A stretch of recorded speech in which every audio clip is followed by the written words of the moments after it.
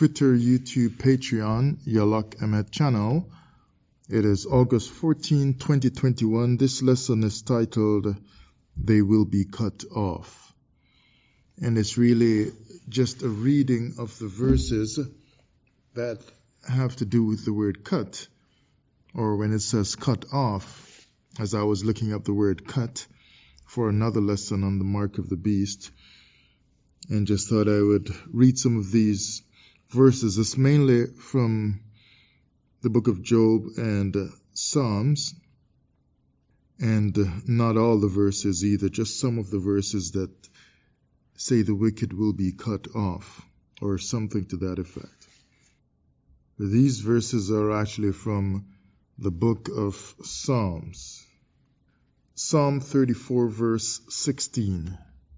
The face of the Lord is against them that do evil, to cut off the remembrance of them from the earth. So that's saying that they're definitely not going to be here anymore. It's funny, we read this verse and sometimes we don't connect with it. But if you think of watching some documentary of some ancient civilization and you see little parts of their having been here thousands of years ago, under the sea is where their city is buried. And you can clearly tell with the paved roads or the structures still left, the walls and the steps and so on, fully covered under deep water. And you know there was a civilization there at one point. There was no sea there at one point. That's an idea here that we see coming out in this verse where it says, the face of the Lord is against them that do evil, and the remembrance of them, to cut off the remembrance of them from the earth. And it may not necessarily mean that there won't be any knowledge of them at all on the earth, because of course people write history books and you pass on stories from generation to generation.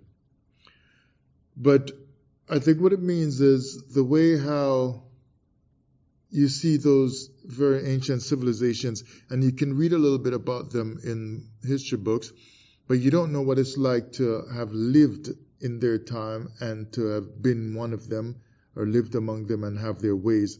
People are saying, based on the history books, this is the kind of clothing that they would have worn, and this is the kind of food they ate, and so on. The remembrance of them is really gone. You look at their religious practices and so on, and you're wondering how they lived, what they did. You get bits and pieces, but really the remembrance of them is gone. By the time you get up for your regular day tomorrow to go to school or work, you don't really remember them anymore. Why? Because it's just a very short, quick thinking about them. The real remembrance or the real knowledge of them is gone. So this is saying here, people are going to know that these evil people lived, but you're not going to be able to piece it together fully.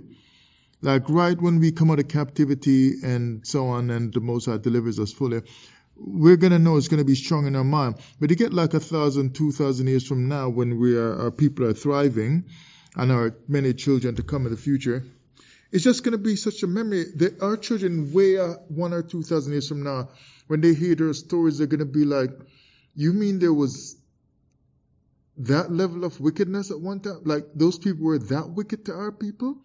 It's going to be hard for them to connect because the remembrance is so faint because it was cut off. And so they're going to be like, you were in the UK, in the Caribbean as slaves, in Jamaica, you were in America as slaves. And we're going to say, yeah, we used to call it Babylon and we used to call it Egypt and so on. And they're going to be like, and they hung you guys on trees? And our people will be so glorious at that time. It's like it's hard to imagine that one time we were, their great-great-great-great-grandparents were hanging from trees. So when they read these things in books, they're going to be like, wow, that actually happened like 400 years? We went through that? Because the remembrance of them is cut off from the earth, and all the stuff that went on with it, it's getting more faint as time goes on. We just remember the goodness of the Lord, counting the blessings of the Lord. That's what it's going to be like. Psalm 37 verse 2, for they shall soon be cut down like the grass and wither as the green herb. They shall soon. So this madness they're doing now across the earth, trying to get everyone to somehow be a worm like some amoeba, maggot. All this stuff is just saying that they're evildoers and they're going to be cut off. But those that wait upon the Lord, those ones, shall inherit the earth. So as we are going through this time where these very wicked things are going on, it's saying the evildoers shall be cut off. They shall soon be cut down like the grass. Soon be cut down. So soon right there is meaning it is sure to come. Psalm 37:28, for the Lord loveth judgment and forsaketh not his saints. They are preserved forever, but the seed of the wicked shall be cut off. The seed of the wicked. So their future offspring sounds kind of weird to say because they will not have future offspring, because the seed of the wicked shall be cut off. They will cease to exist according to the Bible. And remember, this is just to comfort your heart. This is just a simple reading of the scriptures. I might throw in a word or two here or there, but it's simply just a reading of the verses dealing with the word cut or the words cut off. Because this is pretty much what we've got, because we're people of the word. We're looking for some change to happen and trusting in the Most High. And this is where we find our strength in our heart and trusting in the Most High. And that's what the people in the Bible used to do. They would read the word over and over, recite the words, and it was a prayer in their heart. It strengthened their heart in terms of building in hope and trust and looking for future deliverance. Psalm 37:34, wait on the Lord and keep his way, and he shall exalt thee to inherit the land. When the wicked are cut off, thou shalt see it. So all the blessings and the goodness and the things that should be happening in your life, it is not that those things don't belong to you. And it's not that the goodness is not there. The land is there. You want to grow a crop? Those things, the seed and so on, and those plants, they still exist in the land. They're still on the earth. But the wicked are going to cut them down, or they're going to make some sprays to spray it until you spray this, because it will make your crop grow better. If you don't want to spray it, then they'll just simply spray the skies for you. So somehow they're going to get you, or they'll put something in the water and so on, right? So you're watering your crop, and what do you get? But the fruit and the benefit of all that, you're going to see it when the wicked are cut off. So it is the presence of the wicked that's causing you not to see the stuff. You get your paycheck and it don't do anything much. So money comes in your hand and it's gone so fast. You can't see the real strong benefit of your money because the wicked are still present. But when the wicked are cut off, you are going to see how far your money goes. For when the wicked are cut off, thou shalt see it. Psalm 37:38, but the transgressors shall be destroyed together. That's why you make sure you watch yourself how you live, because together they will go down. The end of the wicked shall be cut off, so don't be caught up in their destruction. Live right as best as you know how. Psalm 54 verse 5. He shall reward evil unto mine enemies. Cut them off in thy truth. So the word of the Most High is going to cut them off. He's rewarding our enemies by cutting them off. That's their reward. Psalm 58 verse 7. Let them melt away as waters which run continually. When he bendeth his bow to shoot his arrows, let them be as cut in pieces.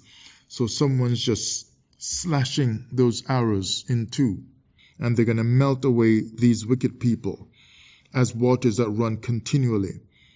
So they're not going to be stable, flat-footed, and so on. They're going to just melt away, run away like water going down in a hurry. rushing through a gutter. Means they're going to get far away from you real fast. And the threat will no longer be there. Psalm 76 verse 12.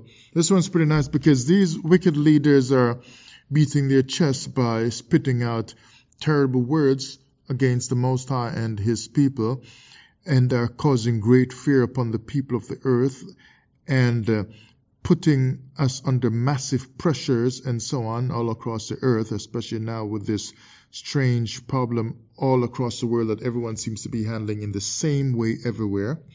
But it says here, He shall cut off the spirit of princes, so of the rulers basically. He is terrible to the kings of the earth, and they're going to face all of that when the Most High is terrible to them. The ones beating their chest and acting so powerful because they have a pen that can write the law and make things to be how they want it and put pressure on you and so on. But He's going to be terrible unto them. So the fear you feel now, the fear people feel now, when their laws are terrible unto us, that's exactly, if you picture it, how fearful they're going to be, and even worse, actually, when the Most High begins to be terrible unto them.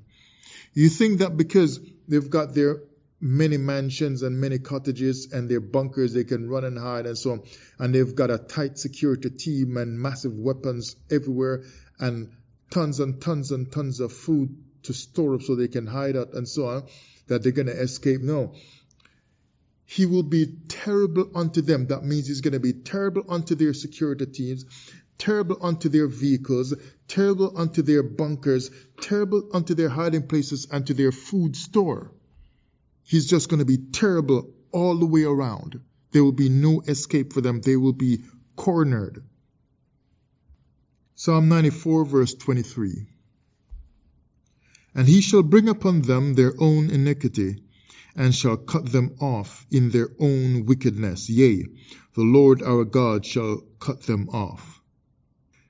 Right, in their own wickedness, in their own iniquity. Because they're doing this stuff from a high seat, doing it daily across the earth, carrying on with unbridled wickedness and iniquity on the earth. But it's saying here that the Lord our God shall cut them off. So I look up the word cut, like when you're cutting something, as I'm talking about here, from this dictionary, and it says cut as a verb to incise, to cut into the surface of something. So you're basically going to be ruining the item when you cut into it. It's destroying it. It's putting an end to it. It's severing it and separating it. It causes what's left to be rejected or to be reduced. So when the Most High is cutting them off, basically it's meaning that He's just going to put a stop to what they're doing. So every time the psalmist here is saying He's going to cut them off, He means the Most High is going to stop them in their wickedness. That's what it's really saying. Look at Psalm 107 verse 16. This one is interesting because in a sense we're kind of like in a prison, people trusting in the Most High, because you are not, in a sense it's like you're not physically in a prison with the physical bars, but it's like you are still physically in a prison with those bars, because you are in a prison system where wicked rulers have set up a system and you cannot get out of it. All these lockdowns and so on, it's like you're in a prison, you are trapped. Now mandates are coming in and special cards and so on, like you don't have enough cards already in your purse or your wallet. So it's like you're trapped in a prison still. But hear what the psalmist here says in Psalm 107 verse 16. For He hath broken the gates of brass and cut the bars of iron in sunder. The bars of iron, because if someone Obviously, they're talking now about someone being imprisoned. They can't just cut themselves out. But he's saying the Most High is going to come and he's going to cut those bars of iron in sunder. He's just wrecking that prison. And that's exactly what's going to happen because of these lockdowns. I did the lesson already. I told you about Isaiah 10 and Isaiah 24, about the lockdowns, that they're going to do so many lockdowns that eventually the lockdowns will lead to their own arrest. According to the prophet Isaiah, every house is shut up. And the wicked will eventually be gathered up and put in a pit, and they're going to stay there for a while. And then afterwards, after many days, they're going to be let out, I guess, for judgment. So he's just going to cut the bars asunder, smash up and break up all their plans and so on, and let you go free. Psalm 109 verse 13, let his posterity be cut off, and in the generation following let their name be blotted out. Just like the verse I read earlier that says the remembrance of them it's just going to fade away, it's going to go away. It's just so faint, it's like it's almost nothing. But they're going to be cut off, and in their generation that's supposed to follow them, the name is going to be blotted out. You're not going to be talking about the greatness of these American kings and these British kings and so on, right? You're not going to be talking like that, these wicked people and so on, these wicked leaders. Their name will be blotted out. So they're not leaving any legacy, they're not leaving anything good behind to be remembered for. They're not nothing. Psalm 129 verse 4, this one is similar to that one that says he cuts the iron asunder to let you out of the prison. The Lord is righteous, he hath cut asunder the cords of the wicked. And that's how we're going to get free. You see, all of these stuff here is showing me that the people who are writing this in old times, they're really saying that they spend a lot of time saying that we are trapped. That's what they're really saying. How many times the Bible talks about captivity and so on, right? And my people will be slaves no more and stuff like that. They're really saying we are trapped, we are a slave people. So you can tell then the Israelites in the Bible really are a slave people. I mean, how did we not see it from a child? It's just witchcraft that taught us in the Christian church to not think that we were the children of Israel. Because this book also is telling you that we need to be cut and freed, or rather the cords or the bars be cut so that we can be freed, released from our captivity, delivered, stuff like that. The book is telling you that the people of the book are a people who were beat down, enslaved, shackled, imprisoned, used as slaves, and so on. That's what the book is saying all throughout. This is clearly a black people, because our story rings so loud and strong and true worldwide. Who on the earth does not know of the slavery of blacks? Psalm 143 and verse 12. I'll read Psalm 143 and verse 3 and verse 12. For the enemy hath persecuted my soul. He hath smitten my life down to the ground. And what kind of beast would actually do that? Smite someone's life down to the ground? So now we know who was Cain, who slew his brother Abel. He hath made me to dwell in darkness as those that have been long dead. That's what he brought me down to be. So then the writer goes on and to say, and of thy mercy cut off mine enemies. Yeah, because they did all of that stuff to me. And destroy all them that afflict my soul, for I am thy servant. And you are being afflicted another time after all you have suffered in your slavery and your people beat down and so on. You got to go through the same stuff like the whole world, being on lockdowns and so on. But he says, cut them down and destroy all of them that afflict my soul. So if the unrighteous don't want to pray, at least we're praying it. Destroy all of them that afflict my soul. All of them. Not one of them should escape, is what his prayer is saying. Proverbs 2 and verse 22. But the wicked shall be cut off from the earth, and the transgressors shall be rooted out of it. So this is what's shaping up on the earth. With all this lockdown and so on and whatever, it's because their time is coming, because the scripture does say elsewhere, when the wicked rise up and flare up to try to do some extra wickedness like you see going on right now across the earth, it is because they will soon be cut down. They will soon be cut off. So when you see it getting thick like this and they're pressuring everybody like this, it is because their time is up and they are closer than when we first started saying their time is up. That's why the pressure is ramping up so much, because they know it is very, very close for them to start getting a fist put in their face and their arms broken, like the Bible says. The end.